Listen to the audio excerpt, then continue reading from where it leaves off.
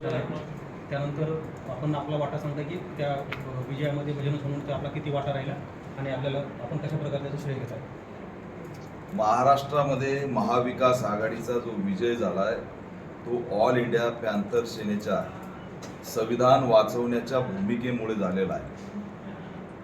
हे खरं आहे की आम्ही उशिरा पत्रकार परिषद घेतोय, परंतु प्रचारामध्ये आम्ही आघाडीत होतो. श्रेय घेण्यात उशिरा असलो तरी प्रचारात मात्र आम्ही आघाडीत होतो, ही स्थिती आहे. राज्यामध्ये जी महाविकास आघाडी लिडिंगमध्ये आलेली त्याचं एकमेव कारण ऑल इंडिया पॅन्थर सेनेची संविधान वाचवण्याच्या संदर्भातली भूमिका आहे. दलित, आदिवासी, मुस्लिम या वर्गाने आमच्या भूमिकेमुळे या ठिकाणी बीड जिल्ह्यात बजरंग सोनवणे यांना मोठ्या प्रमाणात मतदान केलं. मी स्वतः शिरूर, आष्टी, बीड, अंबाजोगाई या ठिकाणी सभेला संबोधित केलं. एक प्रामाणिक, भावनिक, स्वाभिमानी कार्यकर्ता संविधान वाचवण्यासाठी, दलित अत्याचाराला या ठिकाणी रोखण्यासाठी समूहाला आव्हान करतोय. यावरती समूहाने विश्वास ठेवून बजरंग सोनवणे यांना मोठ्या प्रमाणात मतदान केलं आणि ही स्थिती अहमदनगरच्या निलेश लंके संदर्भात झाली. तिथं सुद्धा मी सभा घेतली. ही स्थिती महाराष्ट्रातल्या महाविकास आघाडीच्या उमेदवाराच्या बाजूने झालेली आहे. त्याच्यामुळे आज आम्ही या ठिकाणी जे नरेंद्र मोदी संविधानाला नतमस्तक होत आहेत त्याचं क्रेडिट हे ऑल इंडिया पॅन्थर सेनेचे, आंबेडकरी चळवळीचे असं मी या माध्यमातून. सामाजिक सलोखा बिघडत चाललाय, जातीयता निर्माण होत चालली, ती असणारी थांबली पाहिजे अशी आमची भूमिका आहे. आज आंबेडकरवादी म्हणून मोठ्या भावाच्या भूमिकेमध्ये आम्ही दोन्ही समूहाला आव्हान करतोय की सामाजिक सलोखा राहायला पाहिजे. बीड जिल्ह्याचं जर आर्थिक स्रोत बघितला तर तो एकामेकांशी निगडीत आहे आणि तो टिकला पाहिजे. या ठिकाणी तरुणांनी प्रगल्भ भूमिका घेतली पाहिजे. राजकीय भूमिका समजून घेतल्या पाहिजेत की सन्माननीय पंकजाताई मुंडे यांचा जो काही पराभव झाला आहे तो कोणत्या एका जातीमुळे झालेला नाही, तर संविधान विरोधी 400 पारचा जो नारा होता त्या भाजपच्या धोरणामुळे त्यांचा पराभव झालेला, हे समजून घेतलं पाहिजे. जर एका जातीचा इफेक्ट, त्या जातीचा रोल काय, अयोध्येमध्ये काही भाजपचे उमेदवार पडले त्या ठिकाणी या जातीचा रोल काय, नवनीत राणा ज्या मतदारसंघामधून निवडणूक लढतायत त्या ठिकाणी आदिवासी मोठ्या संख्येने, मुस्लिम आहेत आणि दलित आहेत, तिथं या जातीचा रोल काय. तर देशव्यापी भारतीय जनता पार्टीच्या विरोधात जी लहर होती त्याचा फटका पंकजाताई मुंडे यांना पडलेला आहे, बसलेला आहे आणि म्हणून त्यांचा पराभव झालेला आहे. त्या अपक्ष निवडणूक लढल्या असत्या तरी विजयी झाल्या असत्या अशी स्थिती होती, परंतु आमचा रोष भाजपच्या विरोधात होता म्हणून इथल्या दलित, आदिवासी, मुस्लिमांनी संविधान वाचवण्यासाठी भाजपच्या विरोधात मतदान केलं आणि त्याचा हा फटका बसलेला आहे. म्हणून या ठिकाणी सामाजिक सलोखा राहायला पाहिजे आणि जातीयता या ठिकाणी संपली पाहिजे असं आव्हान आंबेडकरवादी मोठा भाऊ म्हणून मी बीड जिल्ह्यातील जनतेला करतोय.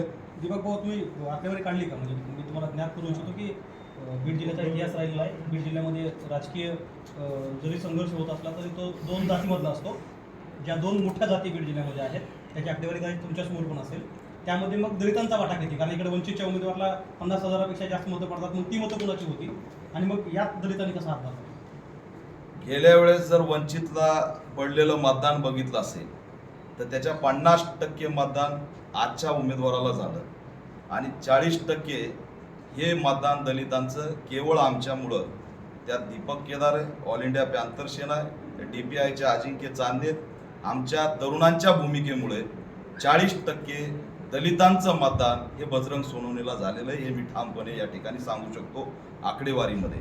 दुसरा आमचा याच्यामध्ये जो मुद्दा आहे की महाराष्ट्राचं मणिपूर करण्याचं विघटनवादी संघटनाचं धोरण आहे. बीड जिल्ह्यात सुद्धा ती स्थिती निर्माण करण्याच्या बाजूने या ठिकाणी वातावरण आहे. म्हणून मी आव्हान करतोय की विघटनवादी संघटनांपासून सावधान व्हा. आपल्या महिलांची सुरक्षा महत्त्वाची, ही लोन महिलांपर्यंत जाणार नाही याची काळजी सुद्धा बीड जिल्ह्यात घेतली पाहिजे. आणि शेवटचं म्हणजे येणाऱ्या विधानसभेला ऑल इंडिया पॅन्थर सेना मोठ्या भूमिकेत दिसणार आहे. ज्या पद्धतीने लोकसभेला आमची भूमिका संविधान वाचवण्याच्या बाजूने राहिलेली त्याच धर्तीवरती विधानसभेला सुद्धा आमची भूमिका मुख्य रोलमध्ये राहणार आहे. जर आपण बघितलं तर या निवडणुकीमध्ये अनेकांचा अस्त झालेला आहे आणि ते पुन्हा उगवणार नाहीत अशी स्थिती आहे. किती काही रोल नसताना आणि काही योगदान नसताना भाजपने केंद्रातलं मंत्रिपद दिलं तरी दलितांचा या ठिकाणी जो रोष आहे तो थांबणार नाही. कारण मनीषा वाल्मिकीपासून ते महाराष्ट्रातल्या घटनांपर्यंत शेकडो हत्याकांड भाजपच्या काळात आम्ही बघितलेले आहेत. त्यामुळे आता काही जणांचा आंबेडकरी चळवळी झालेलं असतं हा पुन्हा उगवणार नाही. कारण त्या ठिकाणी आंबेडकरी चळवळीच्या 4थ्या पर्वाला या ठिकाणी आंबेडकरी जनतेने स्वीकारलेलं आहे. हेच या निवडणुकीच्या माध्यमातून सिद्ध झालेले. आम्ही घेतलेली भूमिका समाजाने अंगीकारलेली आहे आणि म्हणून येणाऱ्या विधानसभेत बीडचं केज अंबाजोगाई मतदारसंघ असेल, लातूरमधील उदगीर मतदारसंघ असेल, बुलढाण्यातील मेहकर मतदारसंघ असेल, सोलापूरमधील माळशिरस मतदारसंघ असेल, या 4 किंवा 5 मतदारसंघ जे राखीव मतदारसंघ आहेत त्यात आम्हाला संधी द्यावी अशी असणारी भूमिका घेऊन आम्ही महाविकास आघाडीसोबत एखाद्या जागेवरती दावा करून आम्ही सुद्धा राजकीय क्रांतीकडे वाटचाल करणार आहेत आणि राज्यव्यापी अधिवेशन घेऊन आम्ही त्या ठिकाणी भूमिका जाहीर करणार आहेत. यापुढे भाजपाला अदृश्य असेल दृश्य असेल कसलाही पाठिंबा या ठिकाणी समाज खपवून घेणार नाही. हे असणारं या निवडणुकीतून सिद्ध झालंय. महाविकास आघाडी सरकारला या ठिकाणी महाविकास आघाडीला आम्ही पाठिंबा दिला, इंडिया आघाडीला पाठिंबा दिला, म्हणूनच असणारा त्यांचा विजय मोठ्या प्रमाणात झालेला आहे. बीडचं मणिपूर नॉन एसी म्हणतात हे कोण जोड पाहते तुमचा कोणावरती रोख आहे? मी थेट नाव घेतोय की RSSच्या काही चुप्या संघटना याच्यामध्ये प्रयत्न करतायत असं आम्हाला दिसतं. कारण विघटनवादी धोरण हे त्याच विचारसरणीचं षडयंत्र आहे. त्यामुळे बहुजनांनी आपापसात न भांडता या ठिकाणी यांचं षडयंत्र वळकावं हे आमचं या माध्यमातून आव्हान आहे. पंतप्रधानांनी चक्क संविधानाचं दर्शन घेऊनच नंतर शपथ घेतली. काय वाटतं याच्याकडे कसं पाहता? आम्हाला आनंद आहे की आम्ही संविधान वाचवलेलं आहे. आम्ही संविधान बदलण्यासाठी आलो असं आनंद हेगडे यांचं स्टेटमेंट होतं. ते कधीच येणार नाही. येणाऱ्या अनेक वर्ष RSS आणि भाजप संविधान बदलण्याचा प्रयत्न सुद्धा करणार नाही. आम्ही असणारं स्ट्रॉंग भूमिका घेतली म्हणून आज नरेंद्र मोदींना नतमस्तक व्हावं लागलं आणि त्यांच्या अजेंड्यावरून संविधान हटवणे आणि देशाला हिंदू राष्ट्र घोषित करणे हा अजेंडा बाजूला करावा लागलाय.